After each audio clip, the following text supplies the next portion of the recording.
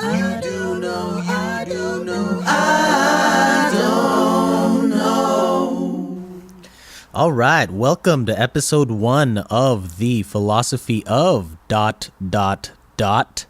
where we talk a bunch of shit about a bunch of bullshit. But we try to be smart about it.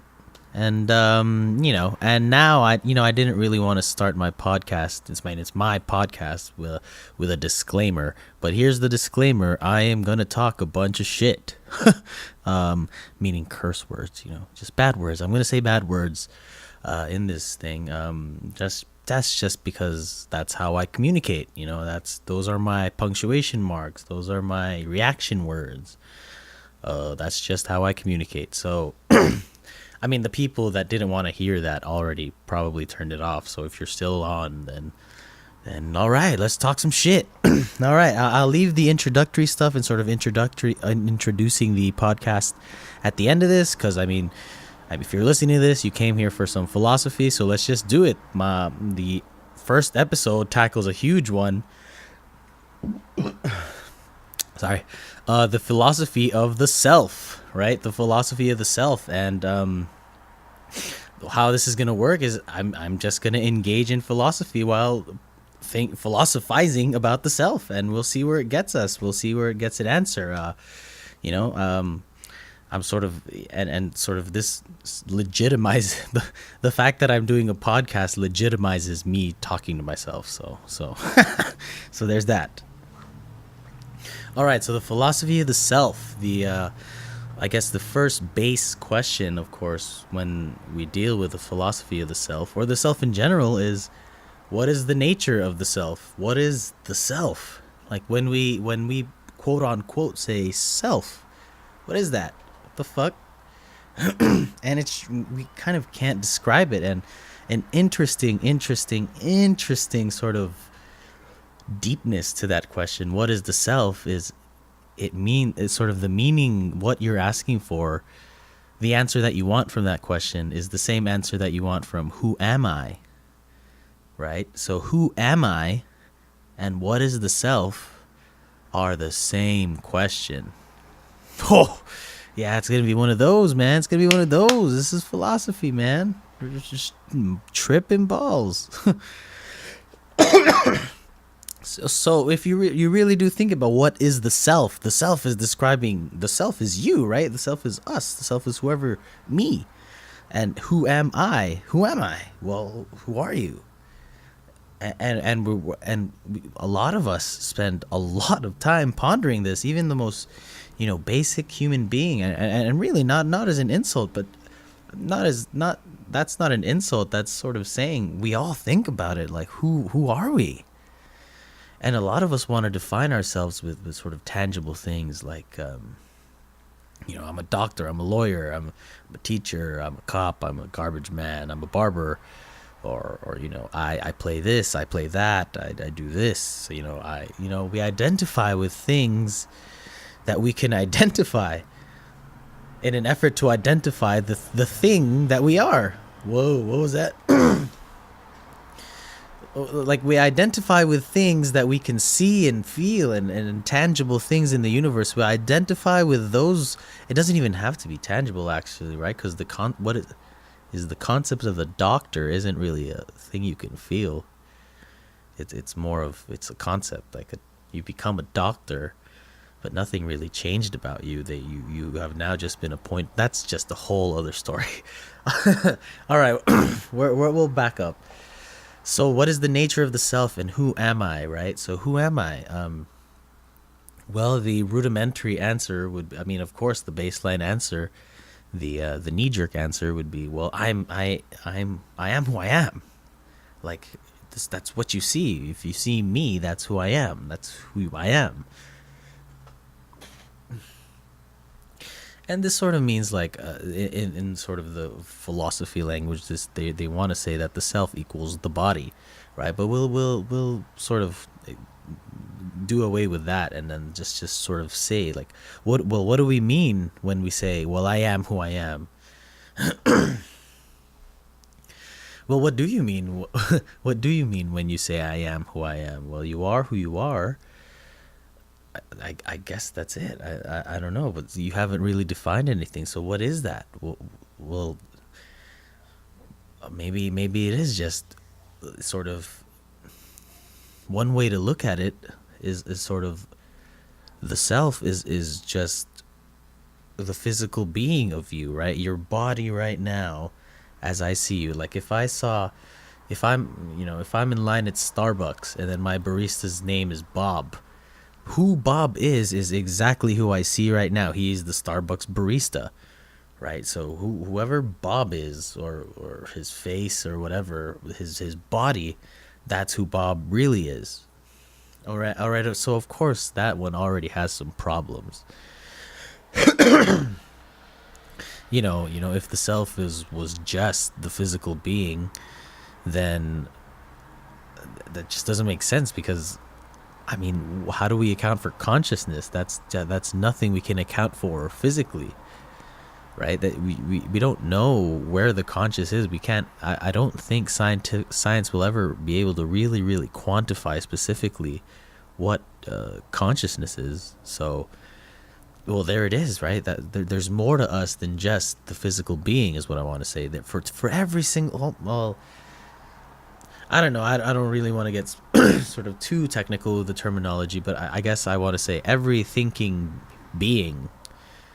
I don't know if that's specific enough, but I hope I'm understood when I say every thinking being.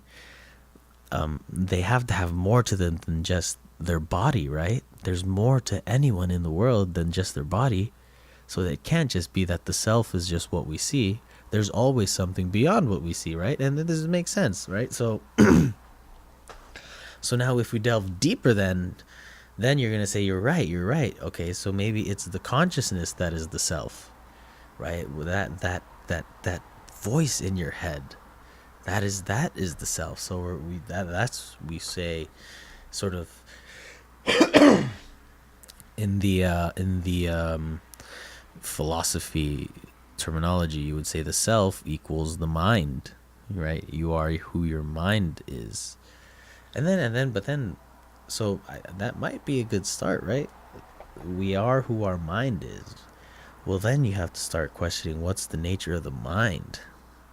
And then that's a whole other ball game. And then, not only have you said, well, I am my mind, then, right? So that's a big claim that, I don't know, for some reason we have to stick to, right?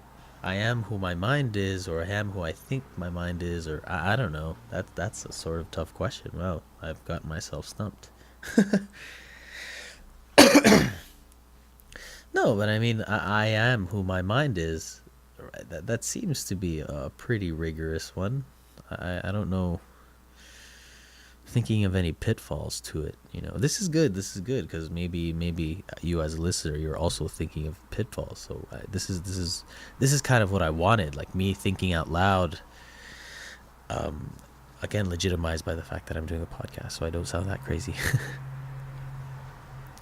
So yeah, the mind as the self, that is a good baseline to start with. It's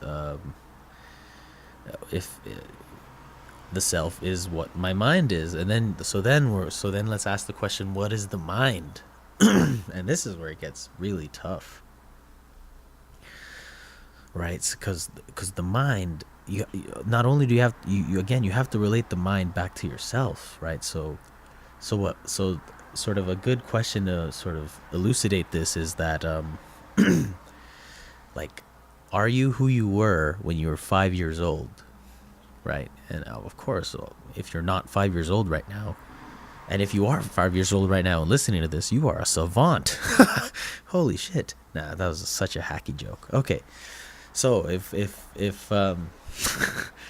if you were, if whatever, I'm 25 right now, and my 5-year-old self, I would say, no, I'm not the same person as my 5-year-old self, but that's still me. Right, so let's think about that again for a second, right? I really am. I'm not the same person as my 5-year-old self, right? That guy, I don't know what that guy was thinking, right? He's a kid, like what the hell? But that's still me, That's why I say it's my 5-year-old self, because it's still me, even though I'm not that same person. So there has to be some quality of the mind, whatever the mind is, that maintained from 5-year-old me to me now, whatever that is, right? It has to, because that's how we want to define the self, right? Because if that's not how we define the self, then I wouldn't be able to say that. I wouldn't be able to say that my 5-year-old self is me, right? I wouldn't be able to say that if there wasn't some consistent thing that existed that's the same in me now that was the same in my 5-year-old self. All right, that's a mind. That's a mouthful. Let's try to elucidate the problem again to make it a little more clear. All right, so there the problem is that I have a 5-year-old self. I existed somewhere in some time as a 5-year-old. I existed. That was me. That was me who existed as a 5-year-old self. Yet, I am positive that I am not the same person as my 5-year-old self, right? Do you see? That is I'm contradicting myself, right? Unless I'm contradicting myself when I say that. Unless, wow. See, then we did. So if I say I'm not the same person as my 5-year-old self, then what does being like? What person? What do you mean? What do you mean person? I'm not the same person. and then we sort of get into a loop of defining things again. So maybe that's not the way to go. Well, that is the problem, though. The problem is that I want to say that my 5-year-old self is me, even though I'm pretty sure I'm not. Like, we're totally different, like in terms of brain quality and everything, right? Like, I know a lot more, obviously, right now, not to talk shit about my 5-year-old self, but I mean, I fucking hope I know a lot more than you, 5-year-old self. Like, holy fuck.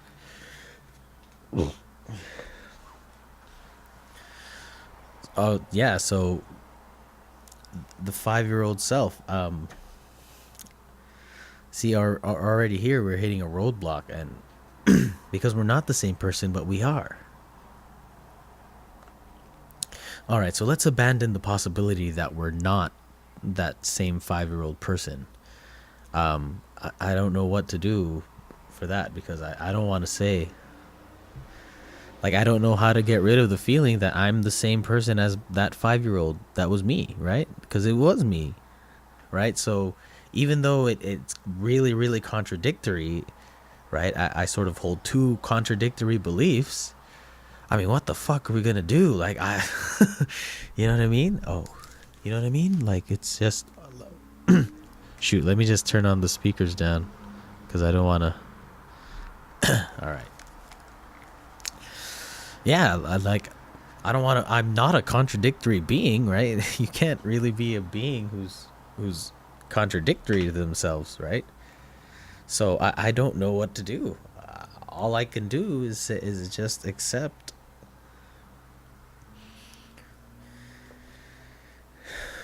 I just accept that there was something that exists back then, that existed back then when I was a kid, that exists still right now as me, and that thing is me, right? There's a thing that links me right now to my 5-year-old self. There's a thing that links me right now to my 5-year-old self, and that thing is me. So what is that thing? And again, we see, even though we went super deep there, we ended up at the same question that we started with, which is, what is the nature of the self? So what is that thing? So I talked myself into a circle, unfortunately. But I mean, there's some things that we learned from that. I need to. There were some things that we learned from that.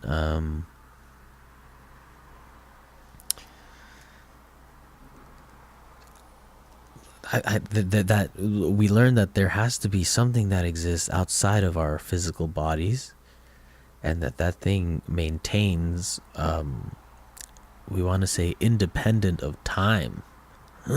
All right, so that's sort of maybe the next concept we have to explore is the self as independent of time. Right, we're going to step back from what is the nature of the self and maybe try to describe what qualities we want to give to the self. Right, we're going to try to describe, all right, the fact that we can't describe the self. Okay, fine, but let's try to describe at least what we think it is. Right, because we can't prove what that thing is right now. I don't know why. I've thought about it for, what is this, 15 minutes now, and I don't know. So let's just steer another way and say, let's try to ascribe some qualities that we want from the self. And one quality that we want to ascribe to the self is we want the self to be independent of time. It has to be independent of time, right? For that self to exist, the same self to exist when I was 5 until now, and in the future, right? 10 years from now, that entity is still gonna be there, and that entity is what defines me, the true soul core of me, right? It's that thing. There's a link between me, my 5-year-old self, and my 60-year-old self. There's some link that we need to find, and that link is independent of time. It's in, and sort of, to get weird, it's in another dimension, right? That's the only logical explanation. It must be some in some other dimension independent of time. It's not affected by time, is what I'm saying. Our core self, whatever it is, isn't affected by time. And that's an important concept to understand. Our core self is independent of time. So let's keep that one. That's one. We have one quality we want to ascribe to the self that's independent of time. The self refers to me, right? That's the second one, I'm assuming, right? We would want ourself to refer to uniquely us, right? Whatever that thing is, it's referring to just us. It is uniquely ours. We are uniquely that thing. We are uniquely that thing that we call the self, whatever it is. See, it's very hard because we're trying to describe something we don't know. It's very, very hard. So if this is sounding confusing, I am also talking myself in circles a lot. So I sort of re-explain the same thing in the other way. So maybe that helps because it's helping me. Yeah, so actually, you know what? Let me take a break. All right, and we're back on. So we left off with trying to describe the what characteristics we want from the self. Given that we're kind of unable to define it outright. So let's just at least say the things that we want it to be, right? So and then maybe that'll help us find out what it is. So the first one is that the self should be independent of time. And this makes sense because you want your 5-year-old self and yourself now to be the same thing, right? So there has to be something that exists. Even if me and my 5-year-old self are 20 years apart, there's something that binds me and him, and it's independent of me. I mean, it's independent of time, right? Despite the 20 years that have passed, it is that me has remained the same because it's me, right? So we want it to be independent of time. And the second one we discussed, or I didn't really get to discuss, was that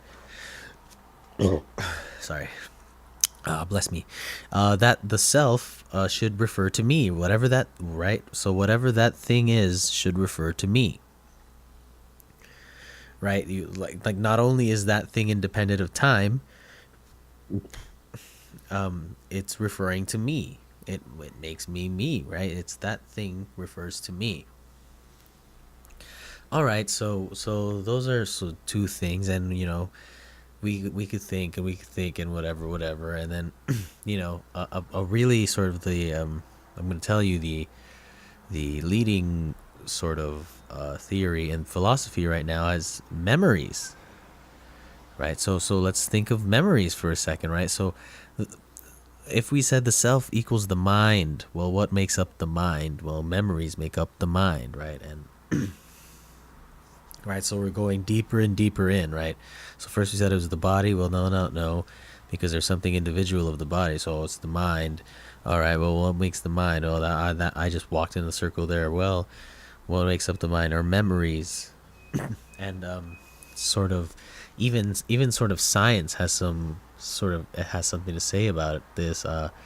Don't sort of quote me on it, though. I don't know what to cite. I believe so, though, that there is some scientific evidence that suggests that the all of our separate memories, all of our separate experiences, the sort of the storage of those memories, and then the interaction of all those memories into one experience is what creates the mind, right?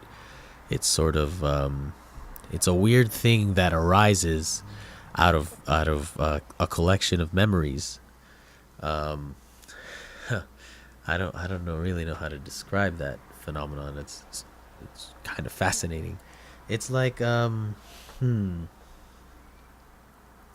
it's like okay, it's like you get one basketball player, you get another basketball player, you get another basketball player, you get another one, and you get another one. So you have five separate basketball players, right? One.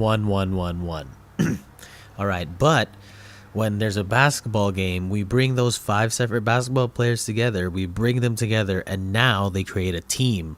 Now they're a basketball team, right? So the individual sort of basketball players were just basketball players. The individual memories were just memories. But the fact that they are being integrated, they are being integrated in a brain that's experiencing the world. The fact that a game is going on, and these five basketball players want to play basketball, the mind arises. The mind just happens. It just happens because of that. Those five basketball players just by virtue of playing the game just happen to be a basketball team. It just happens, right? So the mind just arises through the conglomerate of memories. It's because of it's sort of a fault, or not a fault really, a consequence.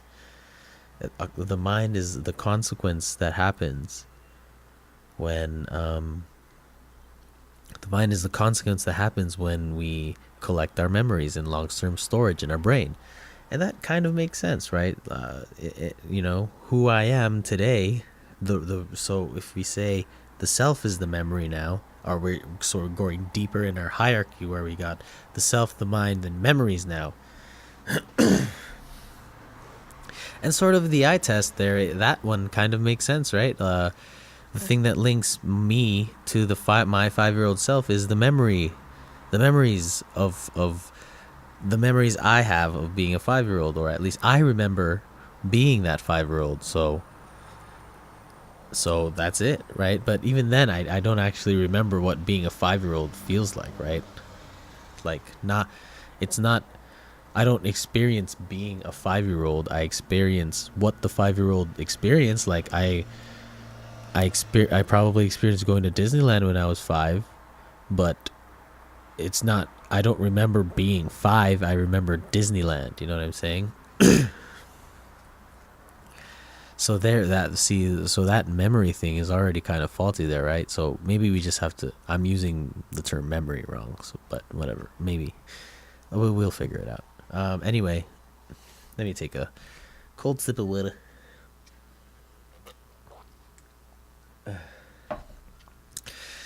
Yeah, so it's not that I remember being that 5-year-old. Maybe it's the it's just,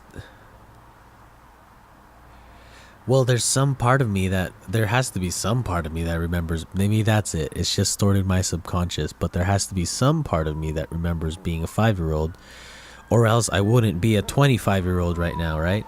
That's just inherent, right? There has to be some part of me, of my memory, that refers back to the 5-year-old that makes us the same person, right? Just, well, then how does the 5-year-old, like, see, that's the thing, we didn't even discuss the other way around. So let's say, let's go back to the me meeting my 5-year-old self. If I met my 5-year-old self, I would say, hey, that's me, but we're not the same person. Like, my 5-year-old self would be like, who the fuck are you? Like, he wouldn't know who I was. So what is it? Wow. So maybe memory is kind of a faulty memory is a faulty thing, actually, to be gauging the self with. Again, we went deeper. Well, all right, so let's just maybe analyze memory more, right?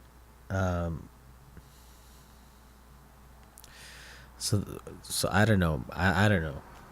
I walked myself into it. So there's something else. There's something deeper than memory then. There's something deeper than memory. It's not just memory.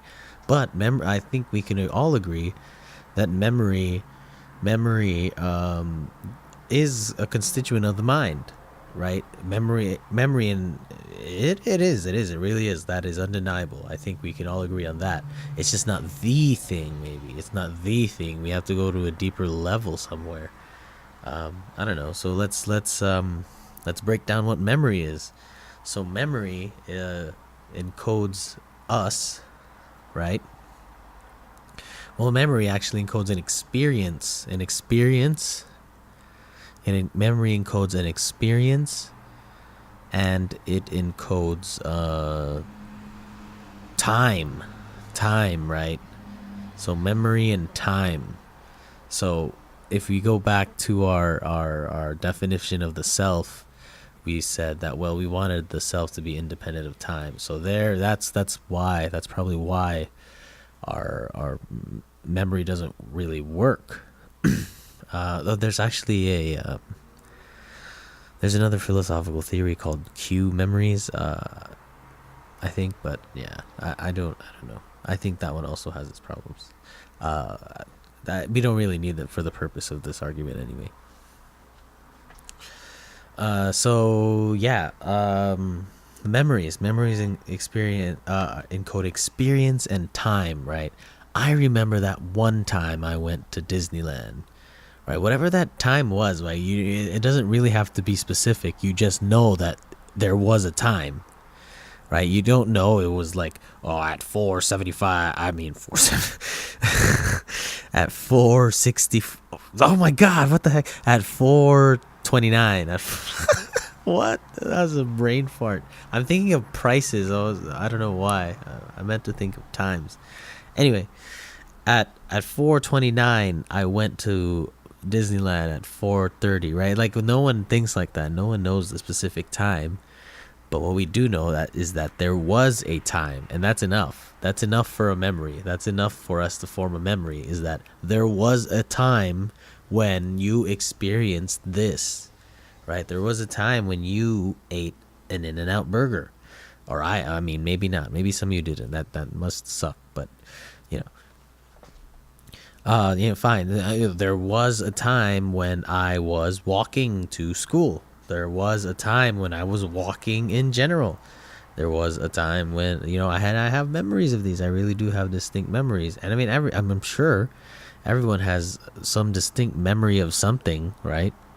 If you're alive and sort of a thinking being, you must have a memory of something, right? So the memory it does effectively describe the self somehow. and it's through experience and time, right? So time, we want it to be independent of time, so we want to avoid time now. So experience, what is experience? Then we got to analyze experience, and experience, we can break it down to two things, I think. So let's just go back to the hierarchy now. So we went from the self equals the body equals the mind equals memories so memories then equals experience in time, and now experience equals, well, one thing experience requires, it is an experiencer, right? An experiencer, someone who's experiencing experience, right? So there's something that is experiencing experience, right? Whatever that is, it's something that is, so there's an experiencer that is experiencing experience, and the other thing that experience consists of is reality, right? So that this is quite deep now. Right? Because we're at the point where we're talking about reality, where we might be at the last level, I don't know yet, but we're at reality now. So experience requires, and I'm not saying that this is all it requires. I'm just saying it does require, right? And I'm sure a lot of people would agree with me that experience, and I'm sure you guys will agree with me too, is that experience requires someone who's experiencing what something, and that something is reality. So that's what an experience requires. So there is a reality to be experienced, and there is an experiencer experiencing that. All right, so good. So then now there's an experiencer, right? There's reality. We're at reality. We're deep as fuck. So what is this experiencer? Well, we kind of just rephrased the question. What is the nature of the self? It really, no matter how deep you go, you end up, you're not, and that is sort of the point of this crazy thing, is that you can think you're going deep. You can think you're going deep, but you're actually just going in a circle, right? I laid out the bullet point style hierarchy of what I was saying. I said, all right, well, the mind is the boss. So we go, so what is the self? And then, under that we go, what is the self? Well, the self is the body. No, and so under the body, what is more than the body? The mind. All right, so the self is the mind, right? Well, what is the mind? It's too broad of a thing, right? The mind is maybe consisted of memories, right? Then we have memories, and then what are memories? Well, memories are experiences in time, right? Well, we want the self that we want to describe to be independent of time, so it can't be memories, but it can be experience. What is experience? It's experiencer and reality, and we're quite deep now, right? Because we're at the bare reality and the thing experiencing it, but in actuality, that was where we were to begin with.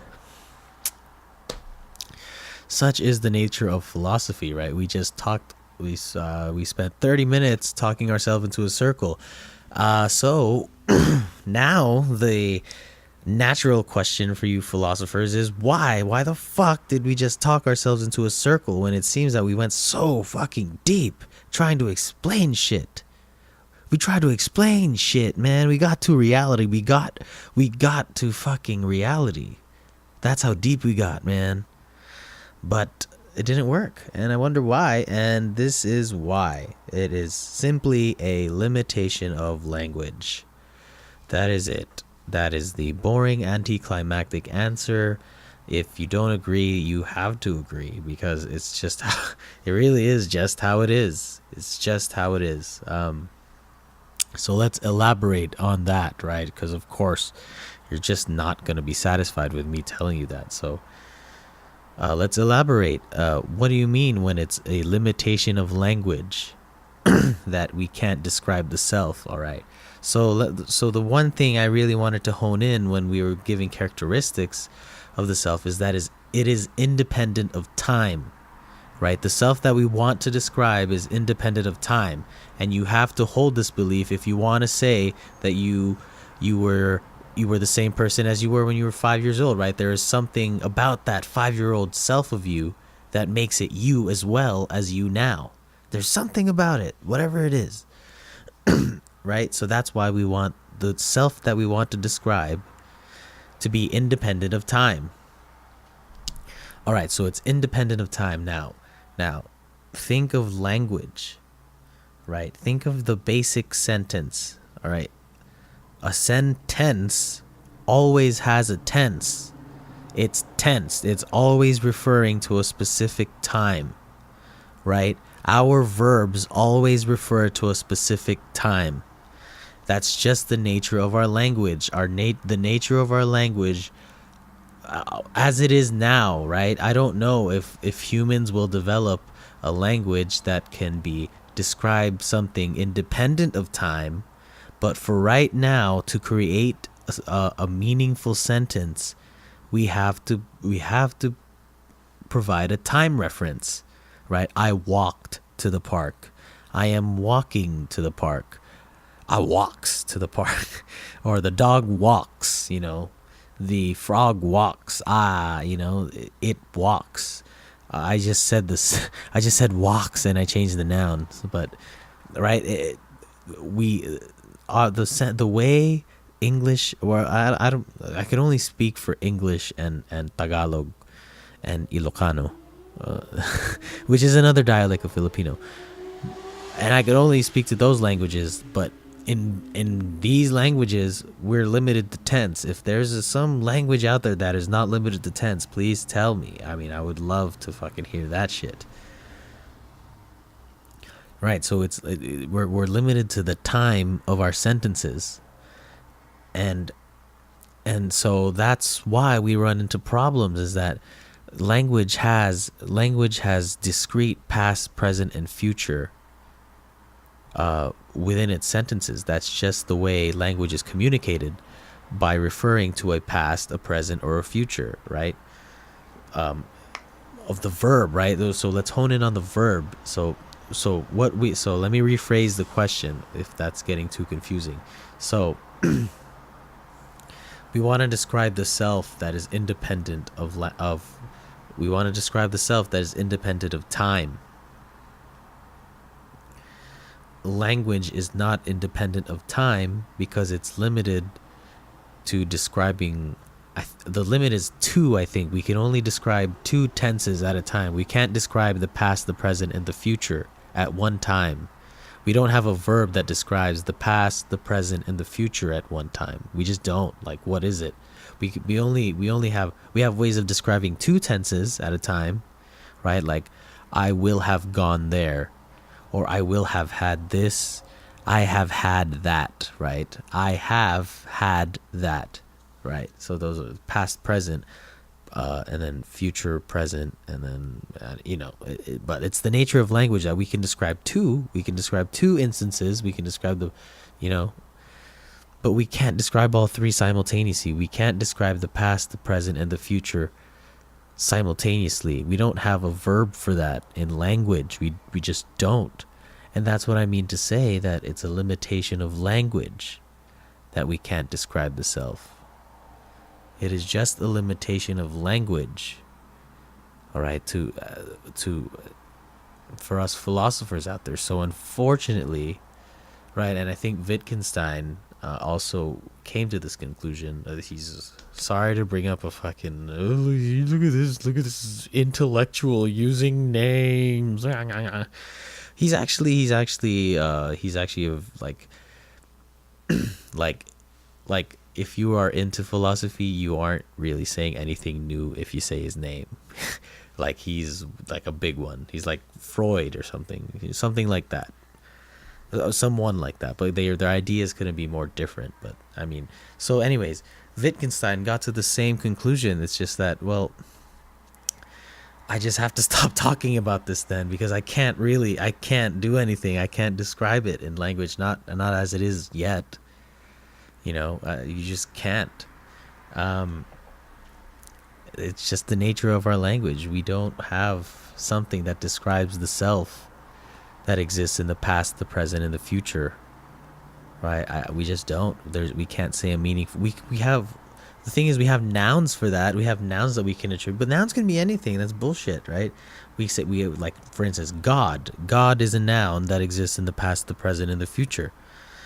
And then that's just it, right? God exists in the past, the present, and the future. All right, I'm gonna take another break, guys. 40 minutes in. Just stay tuned.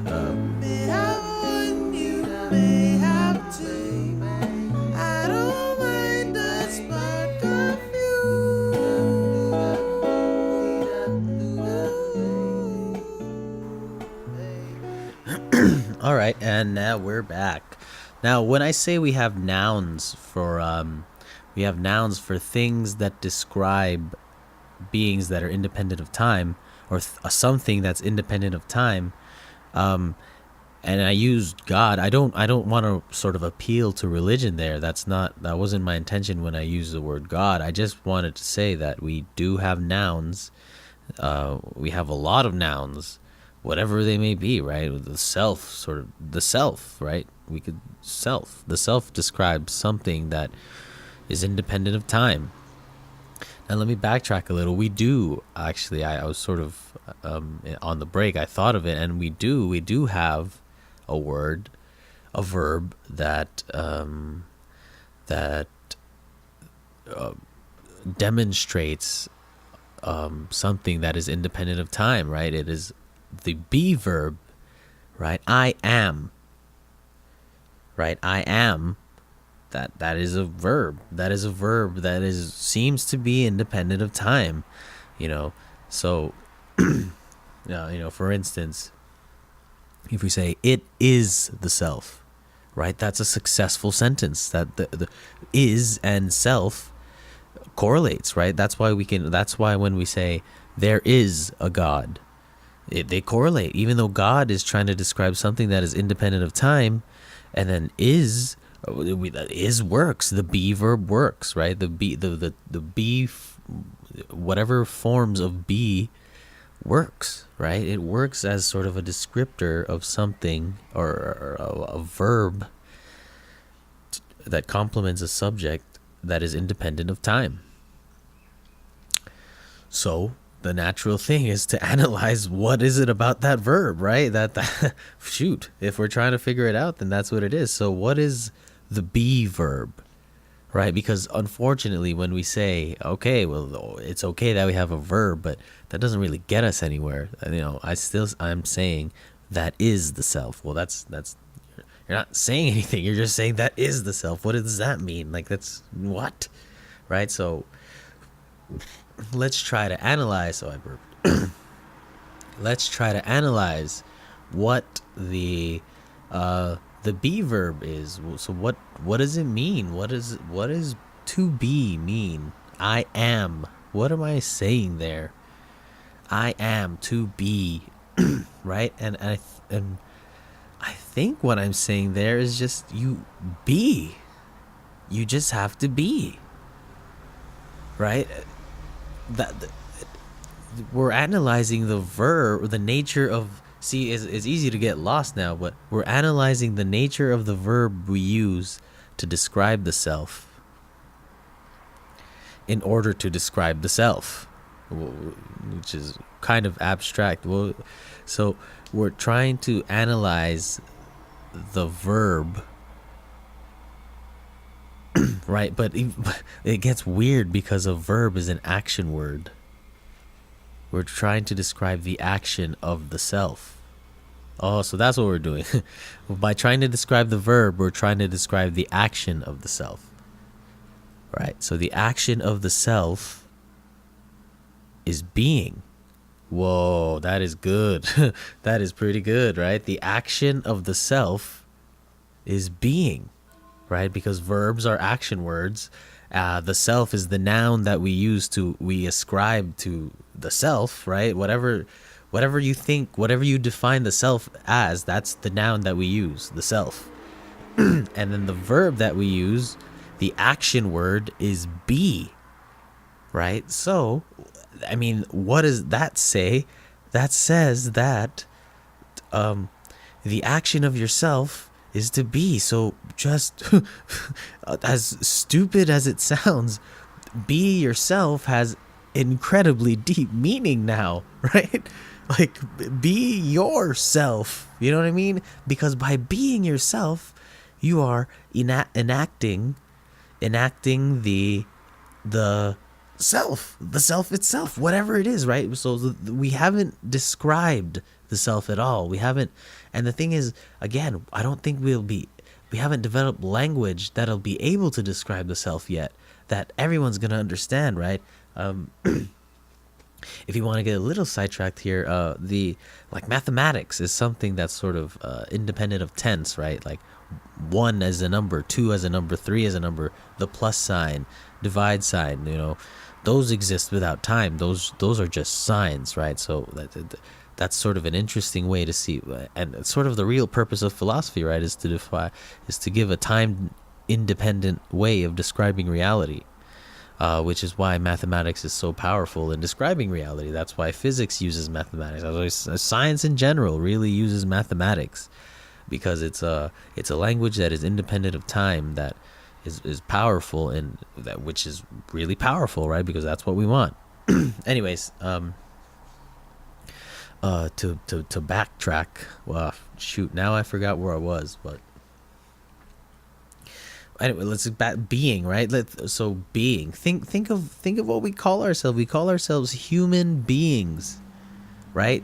The action of the self is to be, and so what is to be then, right? All right, like that is something really, really abstract right now. What is to be? Well, only you know that. Only you know yourself, right?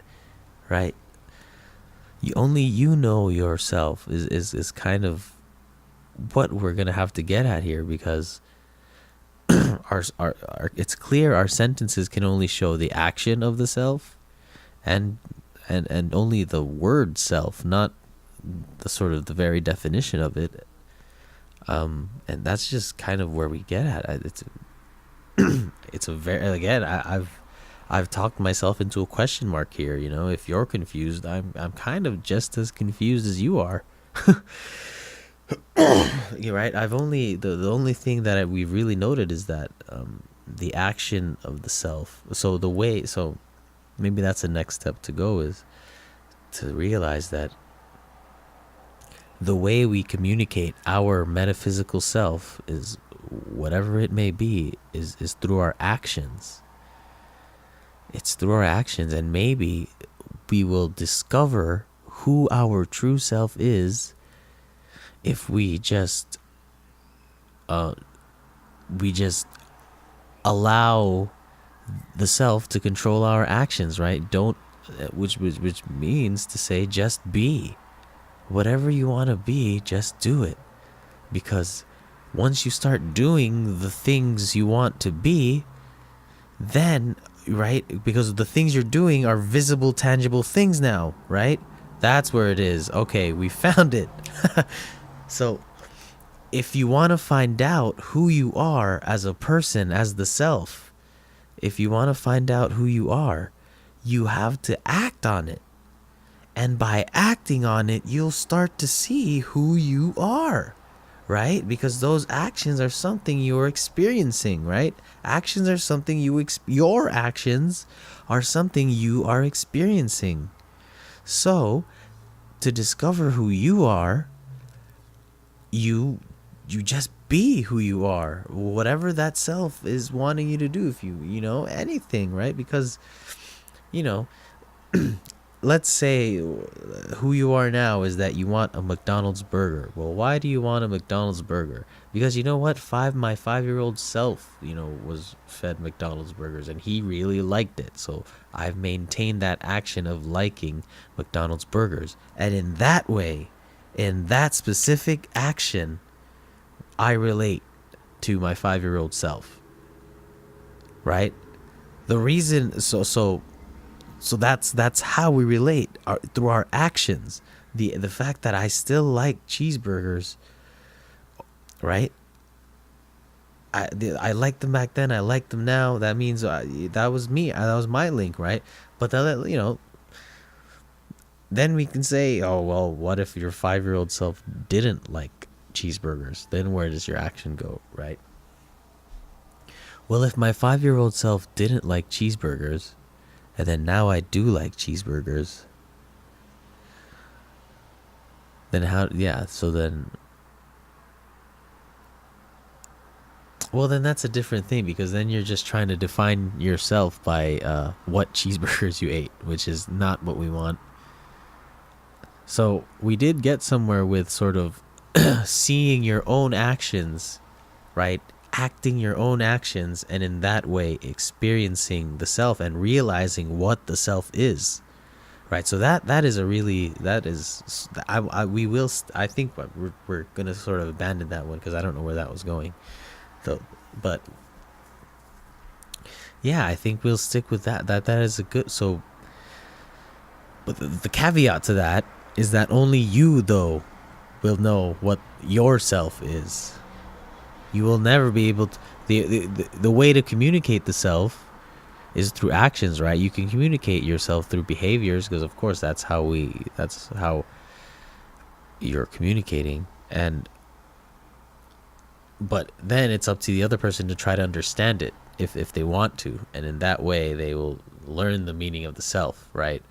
But in terms of the metaphysical being, we're never gonna actually be able to describe in words what it is. We describe it to each other in our actions, right? So and that's it. The ultimate, the ultimate answer to the question, who am I? Well, you are, and that's it. You are, and it's incredibly dumb. We kind of didn't get nowhere, but it's incredibly profound. It's incredibly profound, and that's the dichotomy of life. It can be as complicated or as simple as you fucking want, but realize that something that is complicated is simultaneously simple, right?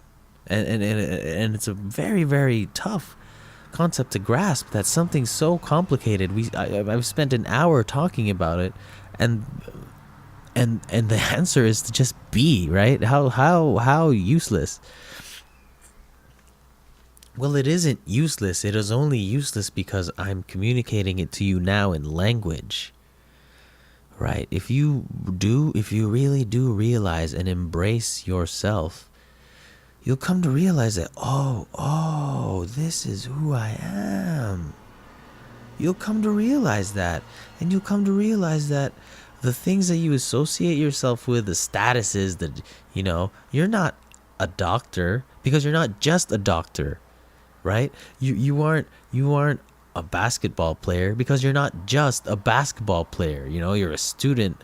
You are a McDonald's worker. You're an employee. You're a son. You're a brother. You're a musician. You're a carpenter. You're many things. You can be many things, right? You're not, and that's the thing. We keep limiting ourselves, trying to describe ourselves that I'm this, I'm this, I'm this, when really all you have to do is just act like the doctor, act like the lawyer, act like the carpenter in every waking moment of your life. And it's not that you're going to keep acting like those things, but act like the integration of all of your experiences, right? You can be a doctor while being the 5-year-old back then, while being a person who likes cheeseburgers, while being the person who drinks diet sodas, who being the person who brushes their teeth 2 times a day. The way to encompass that all in one is to just be that person all in one, and just be whatever, because just because you're not conscious of what is relevant in your, like, just because I'm sitting here right now, and let's say I work at McDonald's, just because I'm sitting here right now doesn't mean I don't work at McDonald's, right? So, but it is the case that I still work at McDonald's. So I just have to know that the self is the person that works at McDonald's. Just be that, right? And how do you be that? By reacting to things that might remind you of McDonald's. That's how you be that. I don't know. That's like, for instance, like if you see a burger patty and then you're like, oh, this is how we make it at McDonald's. Well, by virtue of that, you learned that from working at McDonald's, right? So you were the person that worked at McDonald's by knowing how to make a burger patty like McDonald's, right? Does that make sense? That is, I said a lot of words. Let me backtrack.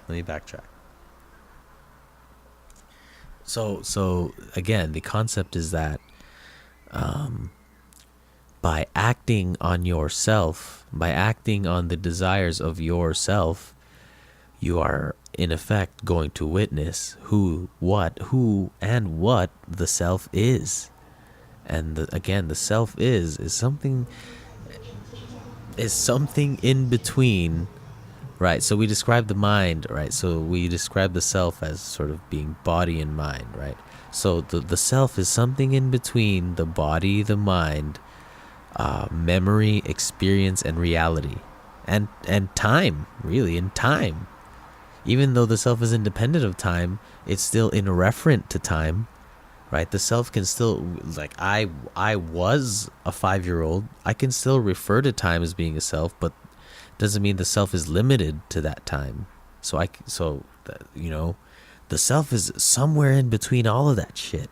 And only, let me repeat that again. The self is somewhere in between the mind, the body, the memories, experience, and reality, and time. It's somewhere in between that, amalgam of things, and our brain is forced to integrate that and give rise to this self. And what that self is what we act on. We are who we are. That really is it. Again, the reason I'm having difficulty in describing the self is because I can't describe the self, right? I've tried roundabout ways to try to attack it, and unfortunately, we won't be able to describe the self. I won't be able to describe myself to you unless maybe I was on video or something. Showing my actions, being the person who is thinking out loud, who is, I'm just being the person I am in an effort to show the self. All right. Now, what does that sort of say? I'm going to take a break and I will say what that says.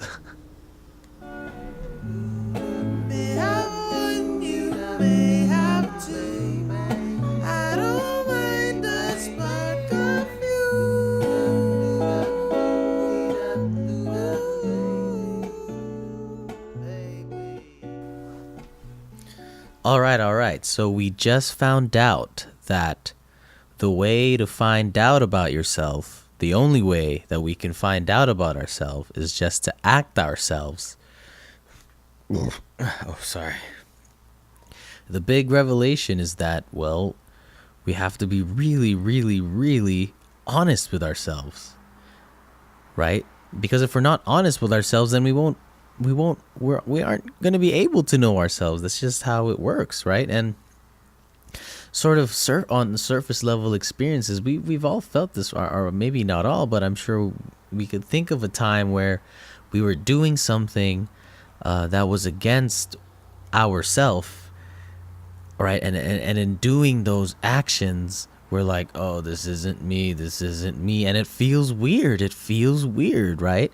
Now, that's whether you're doing something that isn't you, right? That's not a good or a bad thing. Sometimes it could be a good thing, sometimes it could be a bad thing, right? That's what stepping out of your comfort zone means, right? Doing something that isn't you, and that could be good or that could be bad, but regardless, that is evidence right there, right? That is evidence of how you know yourself, is by doing something that isn't you. And they say, oh, this isn't either. So if you're presented with an opportunity to do something that is sort of not yourself, right? Let's say like skydiving, right? That's sort of the default thing everybody says. Would you ever go skydiving? No, that's not me. I'm scared of dying.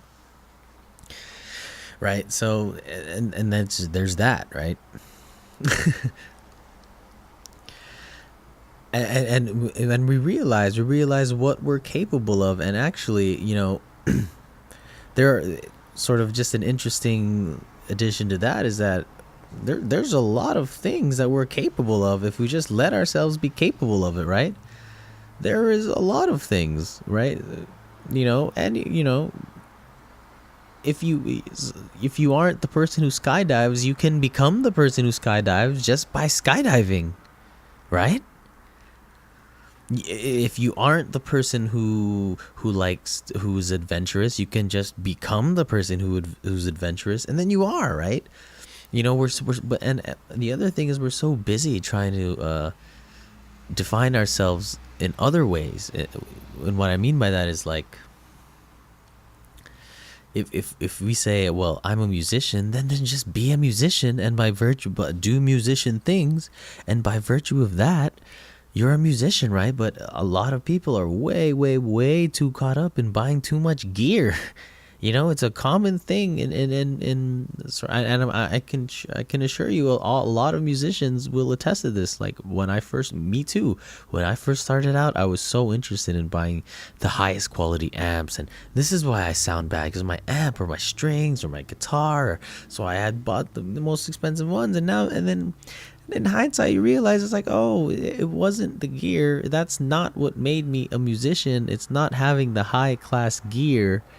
It was just being a musician, right? And that was all it was.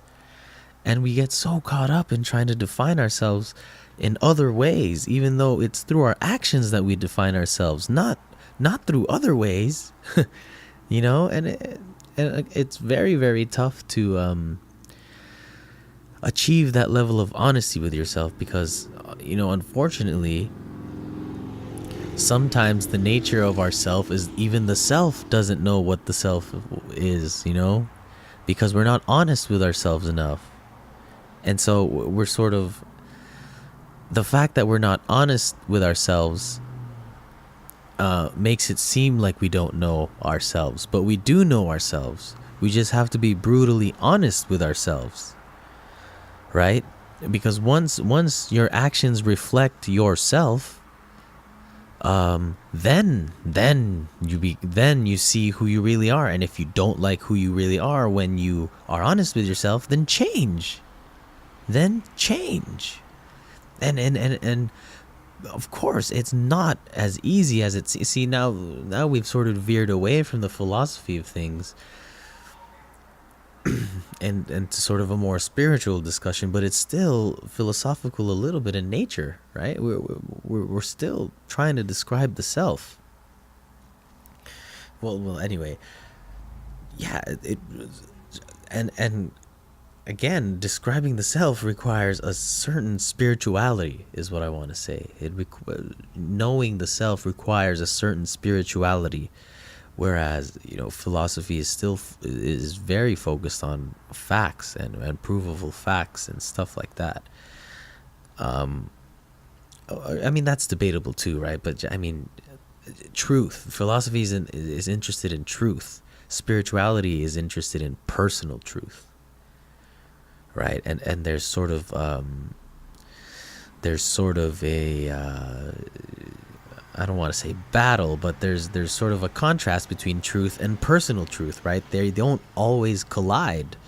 What is true isn't always what is personally true, right? That is just the case of the nature of life, and so it really is the process of being and sort of knowing yourself. That process is really sort of reconciling the truth, which we can say is reality. So just so we have another word for it, right? So the truth equals reality. So the whole process of being and knowing yourself is sort of understanding reality, whatever reality is, right? Whatever reality is, it's a contrast between reality and your personal truth, right? That is the sort of the internal struggle of knowing yourself. It is existing in reality, and Oh man, need some water. Oh, my water cup's gone. Whatever. And that is really is it. That is the secret to knowing yourself. But it's very hard to be honest like that. You know, it's very hard to acknowledge that there is a reality that exists above your personal truth, or maybe not above, but alongside your personal truth, right? Because what we've done there is so let's sort of backtrack is what we've done there is acknowledge that there's a reality separate from us, right? There's a reality that is separate from the self, right? But the self itself, the self itself is reacting to reality. So there's another way we can learn the self. It's by reacting to reality in the most honest way we can, right? So that is the process of personal growth. It is reacting to reality while being true to who we are, right? And if who you are is a person who embraces change and embraces a dynamic life, then who you are will always change, and you will act like the person who is always excited for life, right? Oh, that's all you have to do to enjoy life. If you want to be a person who enjoys life, then be the person who enjoys life in your own way. Whatever makes you happy, right? Whatever makes you happy. And if being stagnant doesn't make you happy, then redefine your life, right? And then that's sort of another thing, is that we can't define the self.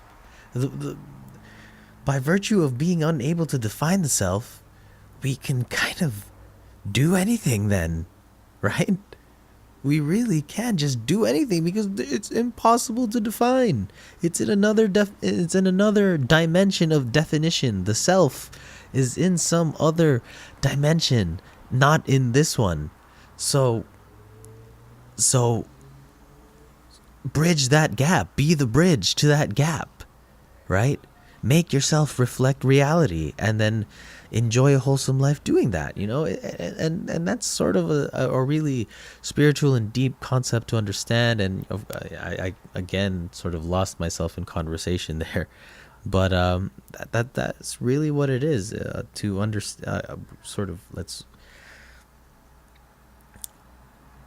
That's the message. That is, we just have to not be fake with ourselves. That's all, man. And I hope that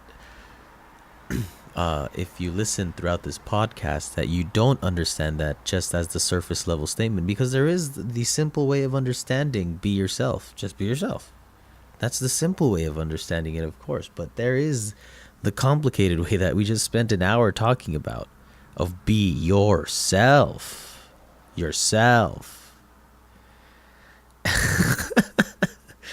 You know, and it's a very abstract concept, and if it does seem like I'm talking nonsense, then unfortunately I haven't done my job in trying to communicate. But that's all it is. I you know, it's just a fault of my method of communication. You know, it doesn't mean that you're you know, stupid or whatever. And I'm not even claiming that, but that's just the adjective that came to my head. But it doesn't, if you don't understand it, then you just don't understand it, right? There's no value claim or anything. It's just, I don't know why I randomly said that. So anyways, yeah, I think that's all I want to say about the self. Of course, if I have any other thoughts about the self, I'm gonna maybe have a part 2, because it is a huge subject, right? It is a huge subject. You know, it's one that we've been tackling for a very long time. All right, so all right, till the next episode. Thank you. Bye. Hey, what's up, guys? Thanks so much for listening to episode 1 of The Philosophy of ... This episode we tackled the self. So given that this is the first episode, I guess I should explain sort of the formatting that I want for this first. So I recorded the podcast yesterday, actually. So that what you just heard was recorded yesterday, and just now I re-listened to the whole thing. I sort of, because I am thinking out loud, so of course I'm gonna miss some things. I'm gonna use some different terminology, and even now, re-listening to it and sort of going back and trying to correct my mistakes, and even then I'm gonna miss something, right? But this is sort of what the after portion is for sort of summarizing my argument or summarizing my points, and going over some mistakes that I think I could have done better, or I could have explained better. So first I'm gonna summarize everything that I did in sort of one whole chunk first. Okay, so there's the problem of the self, right? So what is the nature of the self? Who am I? What are you? What is it? We don't know. So that's the problem, right? And sort of one way to illustrate this problem that we discussed was, so me being 25 years old right now,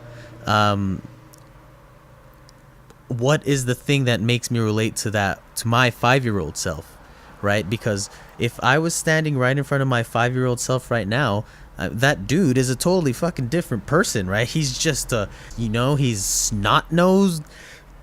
He loves Power Rangers, and he's just not me. I mean, I still love Power Rangers, but he's not me, right? He's not me. So, but despite the fact that he's not me, I still want to say he is me, right? Because he is me. That's my 5-year-old self. Even though he's not me, he's me, right? So. And then what we did was sort of abandon the fact that, well, it can't be the case that 5-year-old me isn't me, because he is me, right? It can't be the case. So then we sort of abandoned that. And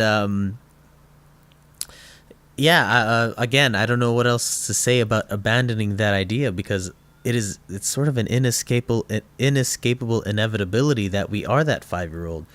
So I guess there are explanations away from that. They just can't come to mind right now. So I'm sorry. Maybe someone else can think of that. But there is a way, though. I think so.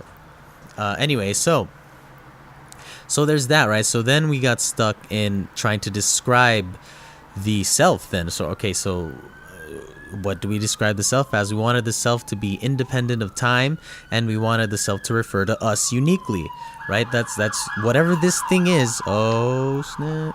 Whatever this thing is, we want it to be independent of time so that it can link me and my 5-year-old self. So we want it to be independent of time, and we also want it to refer to me uniquely, right? So that thing connects me and my 5-year-old self because it's referring to me. It's me, right? That's why. So we wanted those two things. So given those two things, we tried to explore the self equals the body, right? The self equals the body. And sort of the basic answer we had for the body is, well, I am who I am. I am what you see. I am my body. Whatever is happening in front of you, that's who I am, right? And you'll notice, actually, even if you re-listen to the podcast, that I am who I am is actually the conclusion we got at the end of the podcast, right? Well, you just have to be, right? That is the nature of what the fuck we're dealing with here. It's just incredibly circular, right? So anyway, let's get back to the problem. We said, okay, the most simple answer is the body, right? You are who your body is. You are who we see, which, in retrospect, having listened to that podcast just now, that it's true. Incredibly profoundly and deeply, it is incredibly just true that you really are who you are. Just be, and then that's who yourself is. That's how, like we said, the being is the action of the self, right? So whatever your actions are, yourself is doing that. Whatever that is, it's always you who's doing that. So So that's how we verify who you are.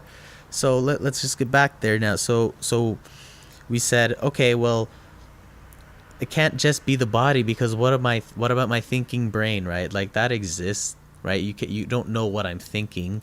So there's the mind. So we said self equals the body equals the mind, right? And this is sort of what I didn't I don't think I made it so clear, is that the things that we listed, so let me just go through the list first. So we said self is equal to the body and then to the mind, right? So those are the thing. And then we said, well, what's the mind? Well, we said, well, a part of the mind are memories, right? I didn't say the mind is the memories. I said they're memories. There might be something else, but for right now, I think I can just focus on memories and be okay. And we said that it's the collection of memories, in the interaction of every single memory that we have, which gives rise to the mind. And the reason, an example sort of I use is, like, imagine 5 basketball players. They're one individual basketball player, but by virtue of coming together to play a basketball game, they become a team. They become 5 basketball, they become a team. They're not 5 basketball players. They are a team, which is sort of the analogy that we want to provide with memories, right?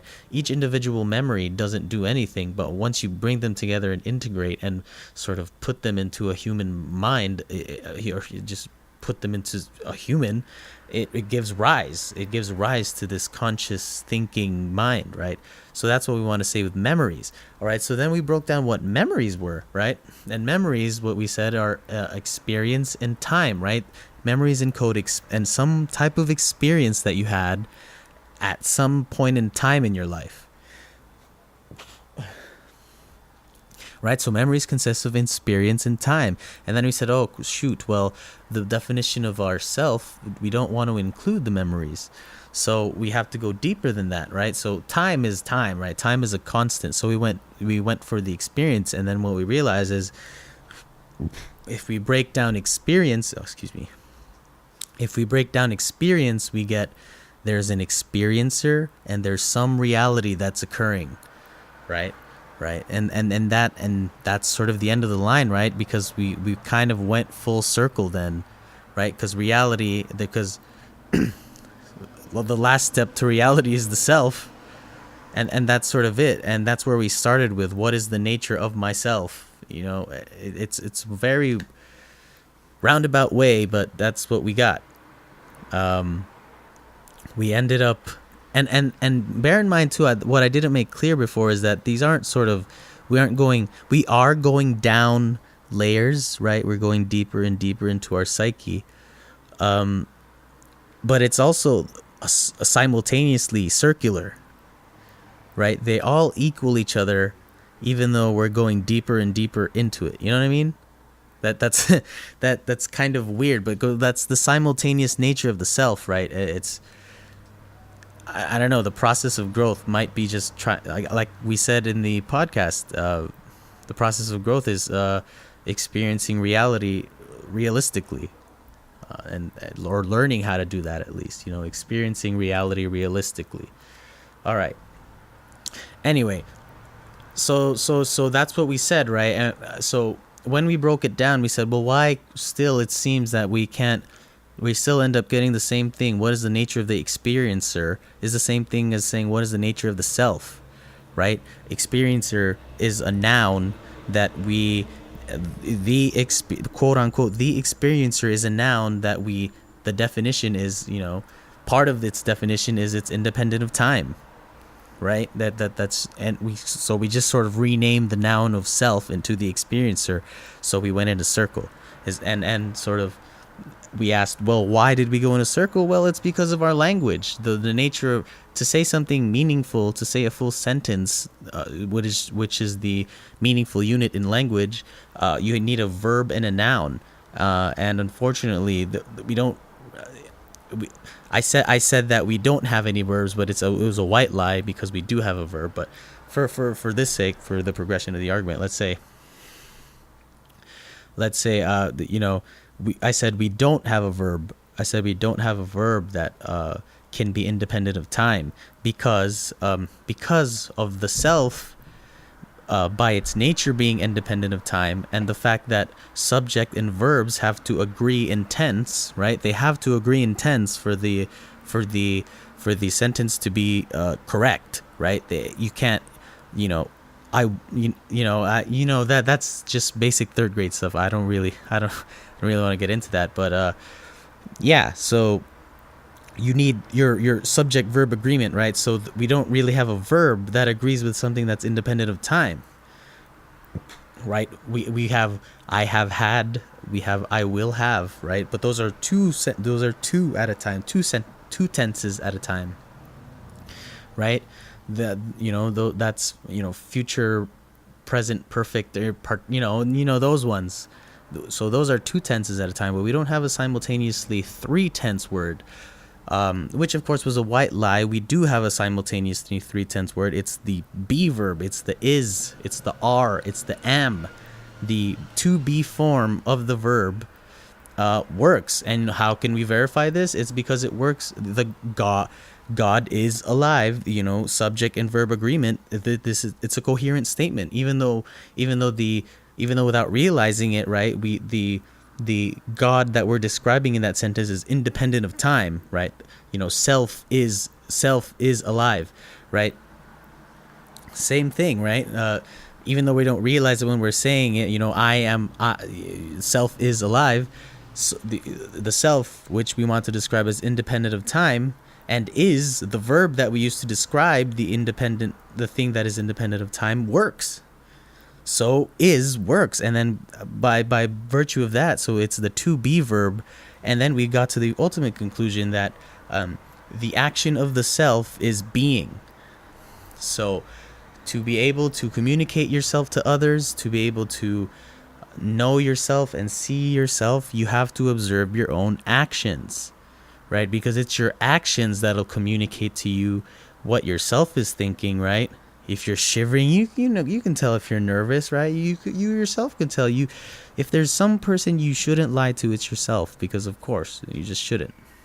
It's just then you won't ever know yourself. And some people really do grow up like that. They really do grow up not knowing themselves because they always acted contrary to it for various reasons, peer pressure, monetary reasons, trying to raise a family. For whatever reason, they weren't able to act on their self, and then later in age, it really, really fucks up some people. You see it really, really bad, where they just, I don't know, it's just very, very tough because they still don't know, So with that, I don't want these summaries to take too long, even though I think this summary took too long anyway. But I don't want them to take too long because I'm just going to end up repeating myself. And I don't want to repeat myself because there's a podcast there. But yeah. So at this point, I'm just going to talk about just briefly like an intro, given that this is the first episode of the philosophy of ... I just want to sort of talk about why I want to do this. So I guess the first reason I want to do this really is because it's fun for me. It's fun talking out loud. Like I said, it legitimizes me talking out loud, which I kind of do. I don't know. My dad used to talk to himself, but not like this, but he just like, okay, first I'm going to do this, then I'm going to do that. And then after that, I'm going to finish this. Oh, nice. Then I think I'm going to eat. Okay, go get this. Right? Like he would just talk to himself sort of just to remember things. It's just to remember things, but not like this, right? I'm literally talking to myself which is, that's not a very unhealthy activity. I encourage, of course, don't talk to yourself in public, right? That's just not socially acceptable. Then there's something wrong, right? You have to sort of know that. But, I'm in the confines of my house, and it's fine. Anyway. So, yeah, that's my first reason. It's just fun. I like philosophizing about things, right? And now, so the question comes up, well, what is the concept, right? Anyone can philosophize about what? And again, it's about nothing, right? So if we define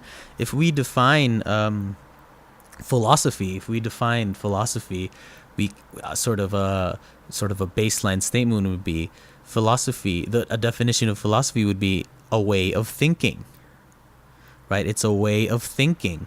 So the philosophy of the self, it's a way of thinking of the self. And actually, and that's sort of, we want a way, right? We want a way, and sort of the let me rephrase it. I think we want the way of thinking, right? Philosophy is the way of thinking, but it's also a way of thinking simultaneously, right?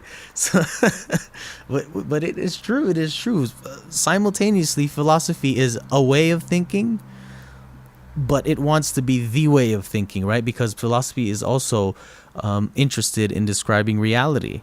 It's interested in describing the nature of things, but philosophy itself realizes that the nature of things can be variable as fuck. Reality can be variable as fuck. So see, even actually, I'm gonna have a podcast, The Philosophy of Philosophy, because it's also the art of thinking, the act of thinking is a really interesting thing, and talking talking about thinking is just a bizarre thing to do, and I like that kind of thing. So that's that. You see, I really do have a lot of fun philosophizing, and the second reason is because I really want to display what a version of critical thinking looks like, right? And because we don't see it often. And it's not an insult. It's not an insult to anyone. I'm not saying I'm a better critical thinker than anyone, because honestly, everyone has the capability to critically think. Every single person. You really just have to stop and think. You just have to stop and think. And that's all, right? And not a lot of people do that. So, in this podcast, I really go through some long-winded, rants, and I walk myself into circles, and I get confused myself. You heard it. Those sort of bouts of silence, and you hear my speech slowing down in that podcast. That was real. I was kind of walking myself into circles. Even though sort of I had an idea of what I wanted to say, even then I still sort of I don't know, right? You heard it, and but that's what's required, is not only critical thinking, but being comfortable not knowing shit, right? Because humans are so interested in absolutes. It's absolutely this, it's absolutely that. But in reality, it's everything is variable to some degree. We have to get comfortable with not knowing. And it's very tough at first, because not knowing is really, really uncomfortable. But if you realize how many things you don't know, then you do become comfortable with it. You really do. And sort of this is another reason why I want to display the critical thinking, that a way of critical thinking, right? I'm not saying like I am the critical thinker. I am the critical thinker. You shall think like this. No. I'm just saying it's okay to ramble to yourself. It's okay to not know. And that's what sort of critical thinking is. It's okay to not know. It's okay to not have an absolute. It's okay to see two sides of a story. It's okay to be on the fence. It's okay to not hold an opinion yet, because if you don't hold an opinion yet, then that means you want to be informed, right? And some people, sometimes we're forced to form an opinion on something, and when we really don't have an opinion on something, right? Like, for instance, gun control. There are a lot of people that are interested in that, and but there are a lot of people that aren't even want to be in the debate of that, and they're sort of forced to talk about it because everyone else is talking about it. Then they're forced to pick a side, and then it's just but anyway, that's that. I really want to sort of just display some type of critical thinking. And then the third is just to maybe introduce philosophical concepts about anything, right? Again, we said philosophy is a way and the way of thinking. it's just a way of thinking. It's just a way of thinking of, I'm gonna do a podcast on The Wire. If anyone watches The Wire before, that is just the deepest thing. And I'm gonna do a podcast on the game, which is sort of the metaphysical theme in The Wire. If you know The Wire, they say, yo, you play the game, whatever. It ain't the game, or it's all in the game. There ain't no rules in the game. Anyway, yeah, The Wire, and I'm gonna, do philosophy of the game too. I have that idea. I'm gonna do philosophy of drugs. I'm gonna do philosophy of anything. There's always a way of thinking of things that might not be yours. And if I share your way of thinking, then we're gonna agree. You're gonna listen to this podcast and you agree. And if you don't, we don't share the way of thinking, maybe I can enlighten you, or maybe you can reply to me and tell me why you think I'm sort of not thinking correctly, right? And that's sort of another thing I want to sort of display, is that there's really no right or wrong in anything. There's never really any right or wrong. There's only what you think. I think you should do this. I think, well, that's what you think. That's what you think. Right? We're all equal human beings in this world, realistically, right? Whatever status we put on each other. Nature did. The world didn't give us shit. The world didn't anoint us top of the food chain. We took it. It's a reality that we are atop of the food chain, but not because we were anointed. It's just because we took it. So it's the same kind of thing. There is no right or wrong. There's just the way you think. And that's sort of, that's all I can think of right now of the reasons why I really want to do this podcast. For the most part, it really is just really fun to me. And, why not? Because it's just fun to me. I like doing things that are fun to me. So there, yeah. So, I don't know what the next episode is going to be yet. I don't know what the next episode is going to be, but thank you so much if you listened this far. If you listen to me ramble on, thank you so much. I hope I was able to share with you some cool new ideas that you got, and maybe you can reply to me too. I don't know what platform I'm going to put this on yet, but I hope of course people are going to be able to comment on it. So please leave me some feedback, what I could do better. Maybe I could shorten my sentences. Maybe I can slow down in talking, or little things like that. I would love to be able to learn how to efficiently communicate these very large ideas, very complicated and but simultaneously simple ideas. It's efficiently. I really want to learn how to communicate efficiently. Just because, it's nice to be able to communicate with other people, because 90% of conflict is avoided by just communicating better.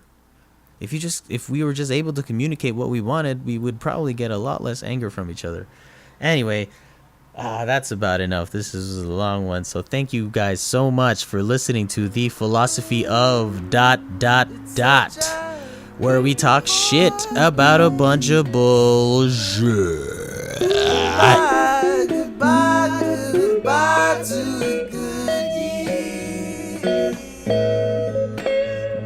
Goodbye, goodbye, goodbye, goodbye to the good years. In LA, it's such a hard place. LA, hard place. Goodbye to the good years. Goodbye to the good years. Goodbye to the good years. Goodbye to the good years. Goodbye to the goodbye to goodbye to the good years. Goodbye to the good years. Goodbye to the good years. Goodbye to the good years. Goodbye to the good years. Goodbye to the